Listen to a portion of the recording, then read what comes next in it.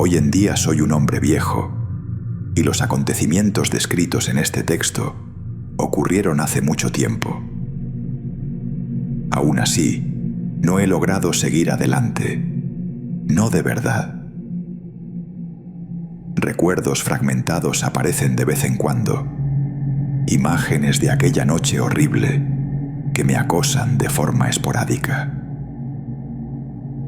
Considerando que ya no me queda mucho tiempo en este mundo, con la parca esperando impaciente, pensé que poner todo esto por escrito haría mis últimos meses un poco más llevaderos. De alguna manera. Teníamos una casa como cualquier otra. Era roja, con los pigmentos de la pintura provenientes de las minas de hierro más al norte. Las esquinas y los marcos de las ventanas eran blancos. Un gran terreno rodeaba nuestro hogar e incluía un granero construido en el mismo estilo tradicional que la residencia principal. Kilómetros de pinos bordeaban la propiedad al norte y campos de trigo y centeno se extendían hacia el este. Un pequeño camino de grava, no más ancho que un codo, nos conectaba con el mundo exterior. Si aún no lo has deducido, llevábamos una vida tranquila y aislada. Pero era buena. Era una buena vida. Me disculpo, me estoy yendo por las ramas. Con la edad, eso ocurre con más frecuencia. Supongo que te estarás preguntando qué quiero decir cuando digo nosotros. Una familia de 4. Más algún agregado. Eso éramos nosotros. Mi hermana menor, Ingrid, era una artista dotada. Comenzó su recorrido creativo haciendo muñecas de paja y dibujando en las paredes, para disgusto de nuestros padres. En muchos sentidos, su espíritu no estaba atado a las realidades de la vida, algo que siempre he admirado. Mi padre era el típico granjero, aparentemente siempre armado con una hoz. La mayoría de los días llevaba un sombrero de paja y tiradores de mezclilla. Tanto así que algunos comenzaron a llamarlo cofosare, una traducción directa de vaquero con matices irónicos. Era de carácter firme y cuidaba de su familia. A pesar de la relación compleja que teníamos, con el tiempo comprendí que cargaba con un peso más grande del que cualquier hombre debería soportar.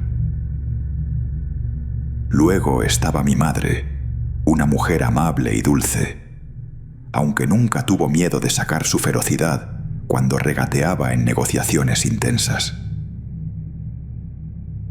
Recuerdo una vez en el mercado local, en la que logró convencer a nuestro vecino más cercano de que la vaca que estábamos vendiendo tenía poderes mágicos.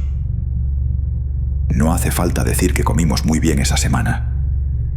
Eso puede sonar extraño, pero así era la vida rural en aquel entonces. Las hadas, los elfos y los trolls no eran solo folclore. La gente dejaba ofrendas a esos supuestos habitantes del bosque y les pedía que bendijeran sus cosechas. Cuando la cosecha era abundante, agradecían a los seres. Cuando no lo era, se preguntaban qué los había enfurecido. Supongo que la mayor parte de todo eso se reducía a la superstición. Formas defectuosas de explicar lo inexplicable.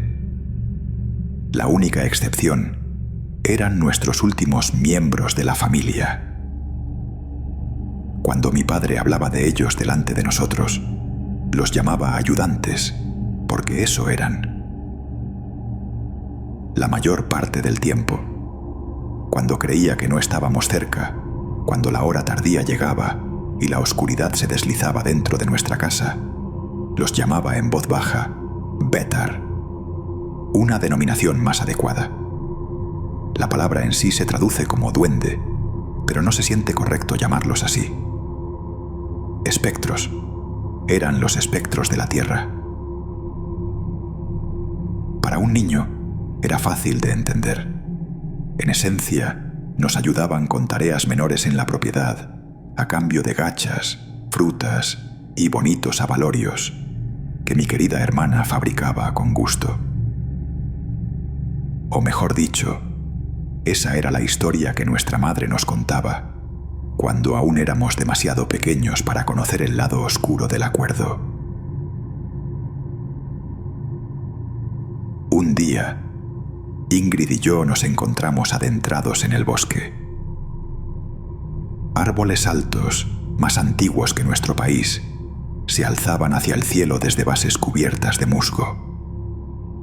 Aunque el sol brillaba con fuerza, sus rayos no podían atravesar a esos gigantes ancestrales. Estábamos jugando a algo que habíamos inventado: ayudantes y pastores.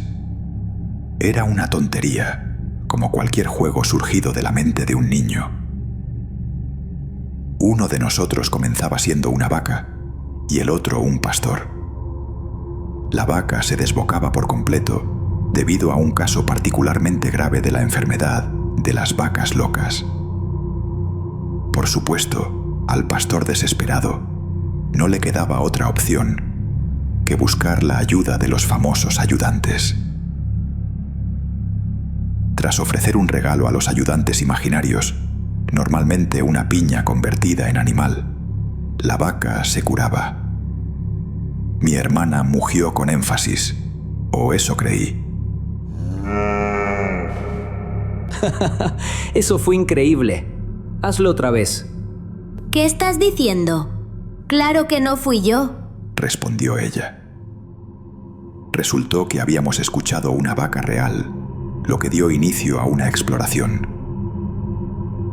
Nos abrimos paso entre la maleza espesa, sin prestar atención a los pequeños rasguños de espinas invisibles.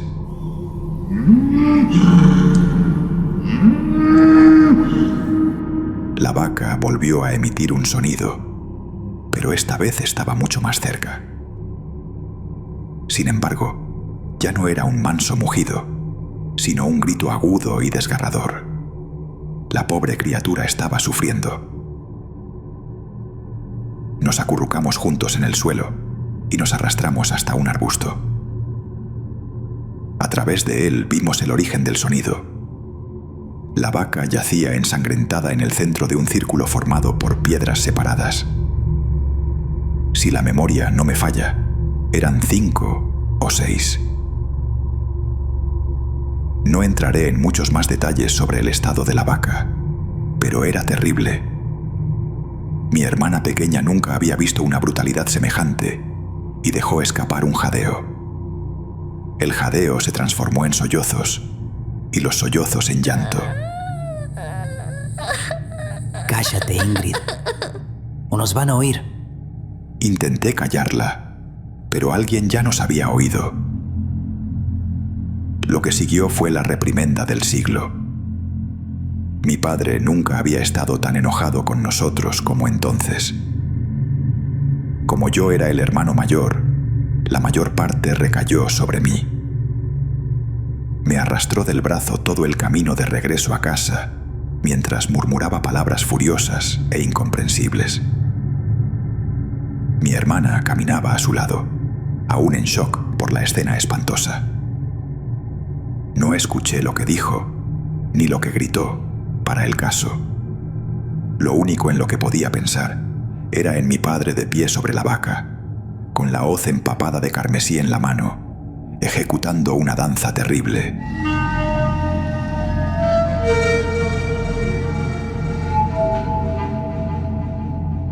La sangre y el brillo blanco de la hoja me recordaron a nuestra casa. Nunca volví a ver a mi padre de la misma manera. Más tarde esa noche, cuando la emoción inicial se había calmado, intenté hacer algunas preguntas. Ambos padres estaban a la defensiva, pero pronto logré agotarlos. Al parecer, por fin tenía la edad suficiente para conocer los secretos de los espectros. Madre llevó a Ingrid arriba. Padre me sentó en la mesa de la cocina, con la luz de la vela parpadeando sobre su rostro. Escucha, hijo. Lo que viste ahí en el bosque fue un sacrificio. ¿Un sacrificio? Sí, como las gachas que ponemos en el alféizar de la ventana o las muñecas que hace tu hermana. Pero a veces exigen más. ¿Por qué? No lo sé. Hay muchas cosas que no sabemos sobre ellos. Sabemos que están intrínsecamente ligados a esta tierra, porque han vivido aquí más tiempo que cualquier hombre. Sabemos que nos toleran, incluso nos ayudan, porque les traemos ofrendas. Sabemos que nos respetan, siempre que nosotros los respetemos a ellos y a la tierra que tomamos prestada. Continuó durante un rato, detallando los muchos principios de vivir con los espectros. Por ejemplo, no se debía perturbar sus senderos, una regla que se volvía más difícil por el hecho de que sus caminos eran invisibles y siempre cambiantes. Nunca se le podía negar un deseo a un espectro de manera directa, aunque por suerte no solían ser muy exigentes, y siempre venía acompañado de la recompensa de un campo arado o vacas ordeñadas. Mientras seguía explicando, comencé a unir las piezas. No era posible que mi padre, ya entrado en años, llevara la granja él solo. Era casi un milagro que nuestra familia hubiera prosperado como lo hizo, excepto que no era un milagro, después de todo. Me agradeció por escuchar y me dijo que ahora estaba al tanto, lo que significaba más responsabilidad a partir de ese momento. Estaba conforme con sus respuestas y comencé a subir las escaleras cuando un pensamiento me golpeó de repente. Padre, ¿Sí? ¿cómo se ven? Se dio vuelta para mirarme, rápidamente. Su rostro parecía casi desprovisto de color. El parpadeo de la luz resaltaba sus arrugas de una forma que lo hacía parecer mucho más viejo de lo que era. Ve a dormir, hijo.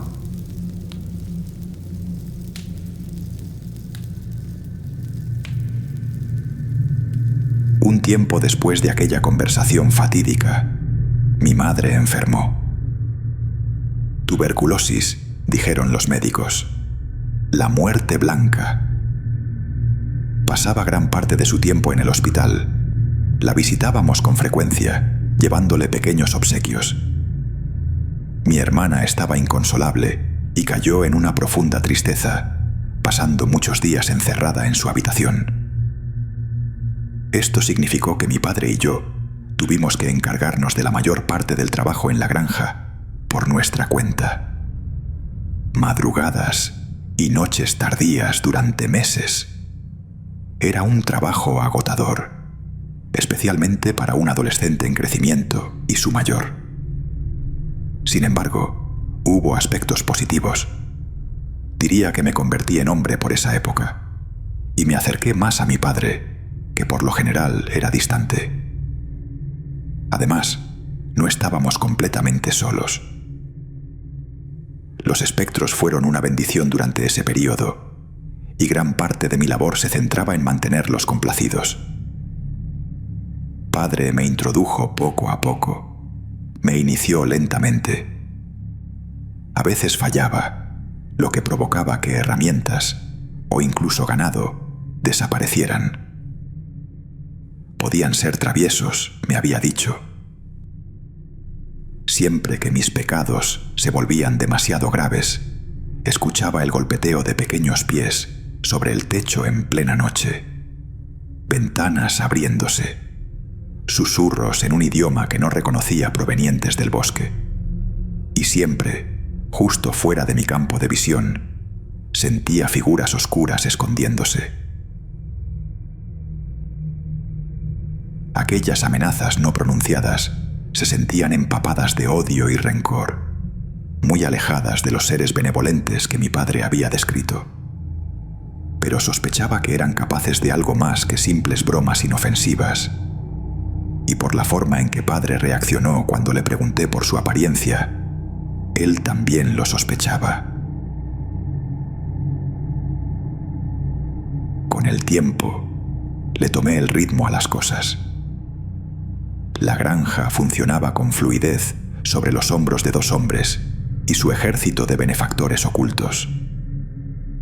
Hicimos cálculos y concluimos que la cosecha anual cubriría casi todos nuestros gastos durante 2 años. Al mismo tiempo, mi madre finalmente regresó del hospital. Ingrid estaba radiante de alegría. Nunca le conté a nadie que a menudo me escapaba por la noche, llevando regalos lujosos a los espectros. Broches ornamentados de plata que había robado, pendientes y brazaletes de oro. Todo iba al círculo de piedras en el bosque. No les pedía riquezas ni una chica hermosa de la cual enamorarme. Solo quería que mi madre sobreviviera. Durante todos mis viajes al altar de sacrificios, nunca llegué a verlos, pero aún así cumplían. Siempre los imaginé como la tradición me los había pintado. Un ser pequeño, algo regordete, alegre, con un pequeño sombrero. Aunque, por otro lado, una energía siniestra había caído sobre la granja, a pesar de las muchas cosas buenas que ocurrían. Dejé de atreverme a imaginarlos. Nuestra suerte pronto se agotaría. El primer horror en mostrar su rostro fue la desaparición de madre. Era un día ordinario. Mi padre y yo despertamos con el primer canto del gallo. Una capa fresca de nieve cubría el camino hacia el granero, allá a lo lejos, lo que hacía el trayecto difícil y miserable.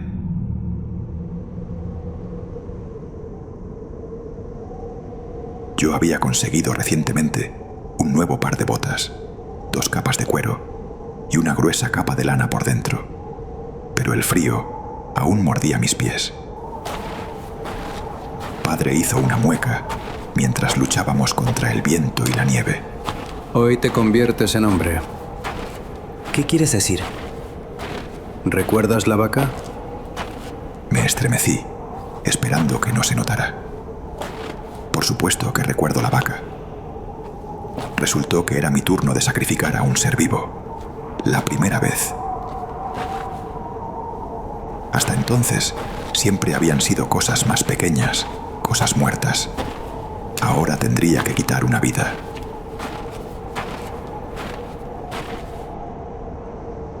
Elegimos un toro viejo. Estaba enfermo, y lo más probable era que no sobreviviera al invierno de todos modos. Hasta donde sabíamos, ellos no se los comían, así que la enfermedad no afectaría la calidad del regalo. Eso lo hacía más fácil, pero no mucho.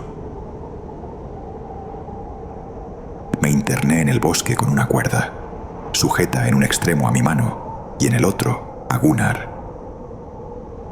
Fue una sensación extraña. Gunnar había estado vivo más tiempo que yo. Había visto tanto, desde los humildes comienzos de nuestra familia hasta el descubrimiento de los espectros. Recuerdo haberme preguntado si entendía lo que estaba a punto de suceder. Cuando miré en sus ojos, decidí que no. El ritual debía realizarse de cierta manera. Comencé atando la cuerda a un árbol cercano al círculo y empecé a cubrir al toro con sebo de buey. Saqué una pequeña bolsa de mi cintura y hundí los dedos en su contenido. Ocre rojo. Pinté una especie de símbolo que mi padre me había enseñado en la frente de Gunnar. Si era una letra, pertenecía a un idioma que no conocía ni había oído jamás. No era latín, que habría sido mi suposición inmediata tratándose de lenguas sacrificiales. Ni sueco, ni sami. Un misterio. El cuchillo se deslizó rápidamente por la garganta del toro. Antes de que tuviera tiempo de contemplar la moralidad de la situación, Gunnar yacía frente a mí. El rojo en la nieve era demasiado intenso para ser ocre. Sangre. Había decidido realizar la muerte con rapidez. no solo por el bien de Gunnar, sino también por el de los espectros. El paso más importante al sacrificar a un ser vivo era la danza. Habíamos pasado muchas noches practicando los movimientos. Padre había insistido en la importancia de hacerlo correctamente. Mis movimientos eran bruscos, tal como él me había mostrado. Se sentía como si reviviera el momento en el arbusto, observándome a mí mismo. La danza recordaba a los últimos segundos de vida de un animal, antes de que llegara la muerte. A veces incluso parecía el rigor mortis después del fallecimiento. La danza era la muerte, en cierto sentido, o al menos estaba íntimamente ligada a ella. Exhalé un suspiro de alivio. El acto estaba hecho. Pero justo cuando me di vuelta para comenzar el camino de regreso a casa, vislumbré una figura medio oculta detrás de un árbol. Susurros en ambos oídos. Un dolor de cabeza creció en mi sien derecha. El espectro salió a la luz de la luna y lo vi por primera vez.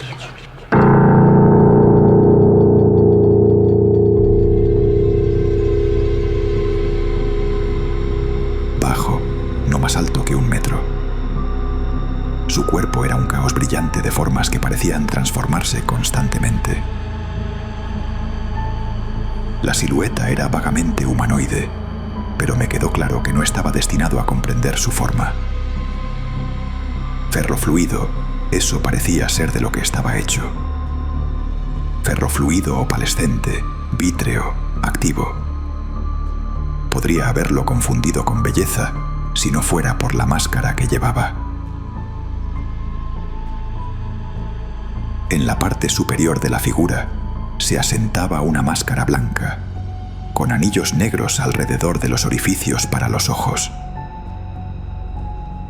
Los ojos eran de un amarillo pálido y brillante, y me observaban con atención. También había una abertura para la boca, posicionada de tal manera que parecía fruncida en un gesto de desagrado.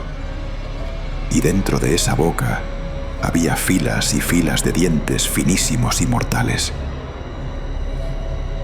El espectro me señaló, su brazo comenzando a estirarse. ¡Enferma!, dijo simplemente, o chilló sin mover la boca. Corrí a casa, aterrorizado. Cuando finalmente llegué, la casa estaba destrozada. Muebles arrojados por todas partes, fragmentos de vidrio cubriendo el suelo de madera, tablas arrancadas directamente de la pared. Y mi madre había desaparecido.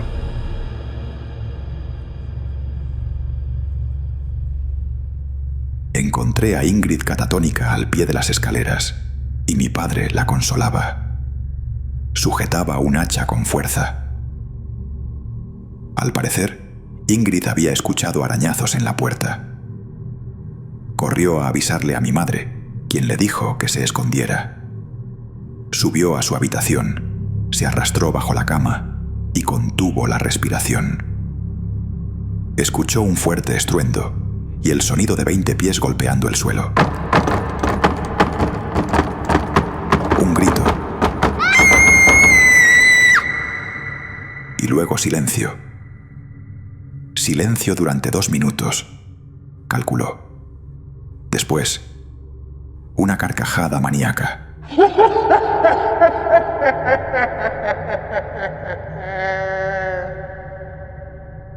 Los espectros se deslizaron por la casa, buscando a Ingrid. Revolvieron cada rincón y estuvieron a 1 centímetro de atraparla también.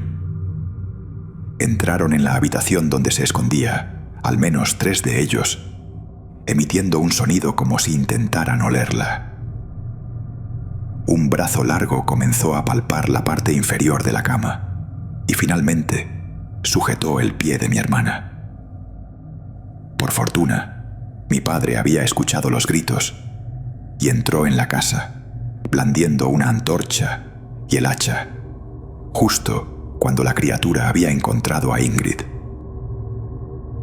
Se dispersaron, algunos saltando por las ventanas abiertas, otros aparentemente desvaneciéndose en el aire, pero no había rastro de nuestra madre.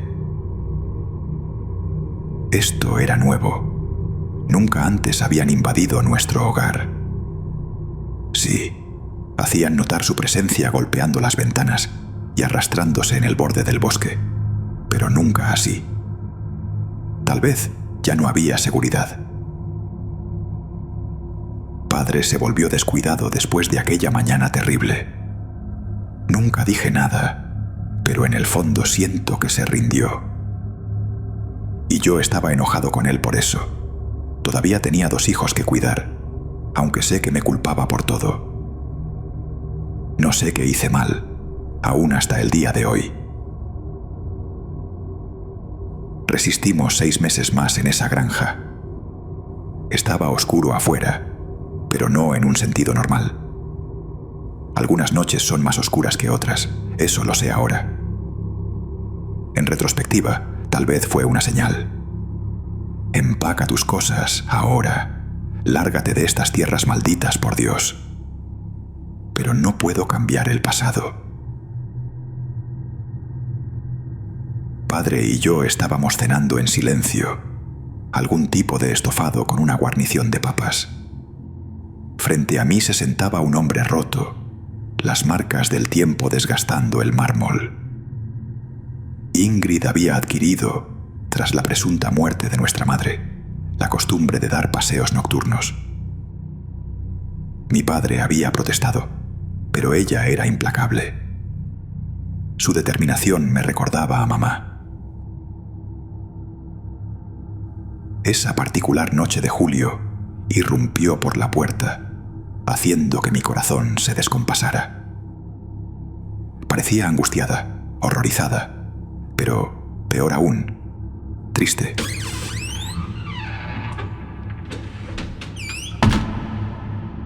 Perturbé su sendero, declaró simplemente.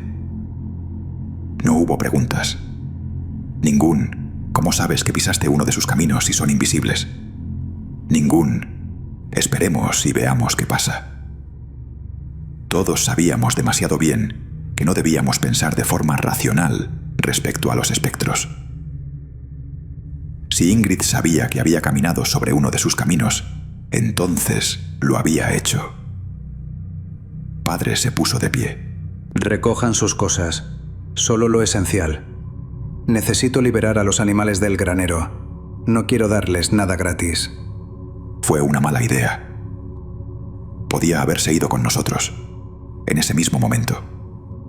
¿Por qué tenía que ser tan terco? Sin embargo, no había forma de detenerlo. Oh, cómo desearía haber podido detenerlo. Agarró su chaqueta y su hoz.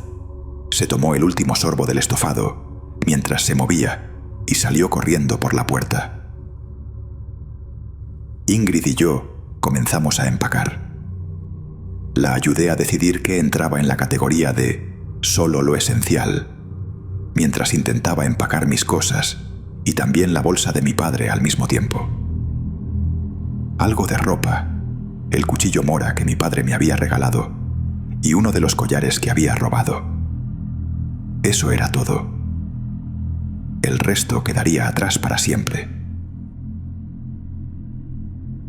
Había un reloj invisible, marcando el tiempo, suspendido en el aire.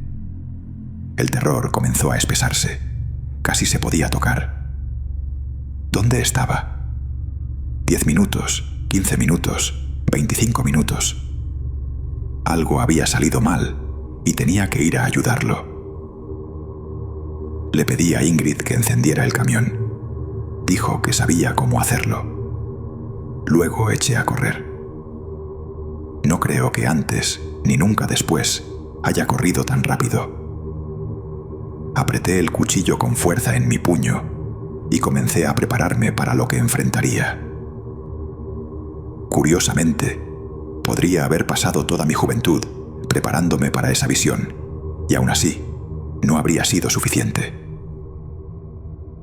Entré al granero en silencio, y el granero pareció responder con su propio silencio. No había animales a la vista. Había logrado liberarlos. Pero ¿dónde estaba él ahora? Me agaché y avancé lentamente por el edificio.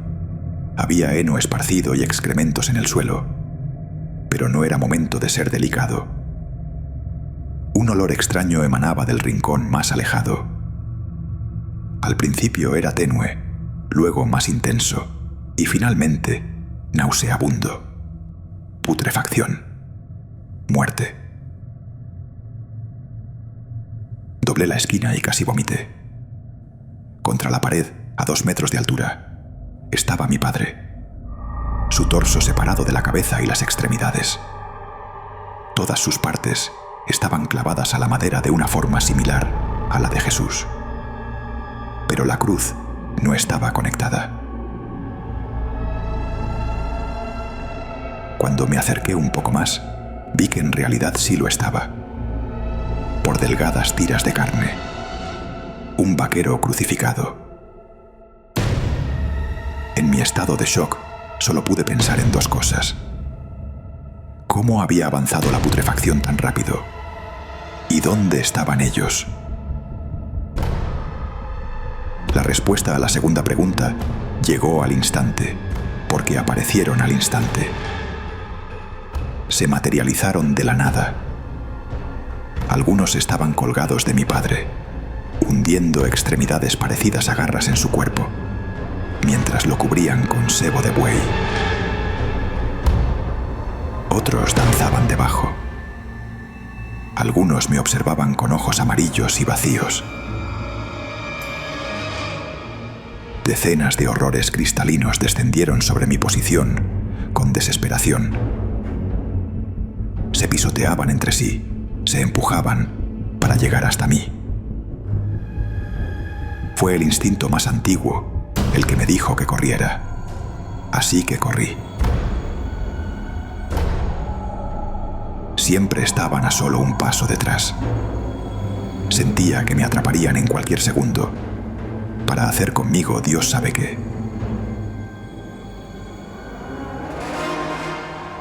Imaginé la agudeza de sus dientes. Imaginé lo que ocultaban detrás de esa máscara.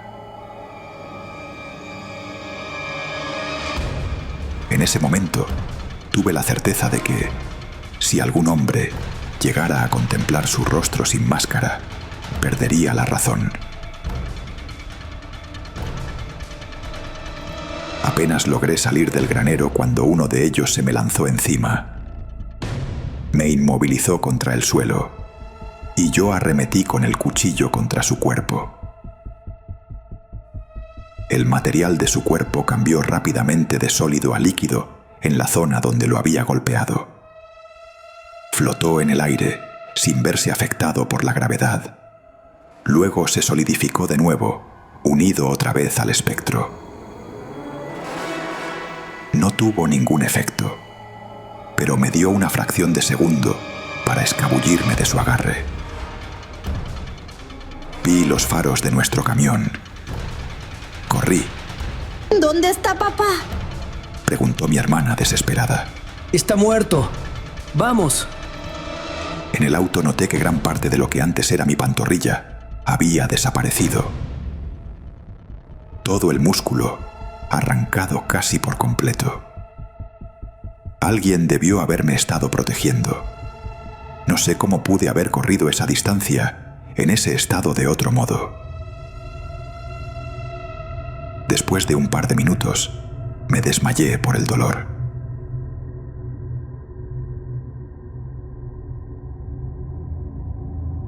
Así que ahí lo tienes. Nunca pude volver a dormir bien después de esa noche.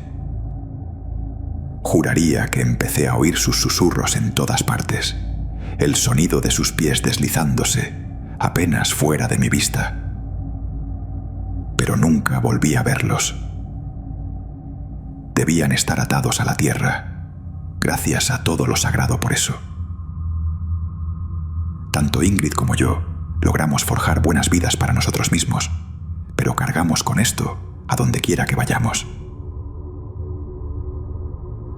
No sé quién se mudó allí después de nosotros. Rezo para que sigan con vida. Rezo para que hayan comprendido a los espectros y lo que significan. De lo contrario, que Dios tenga misericordia de sus almas.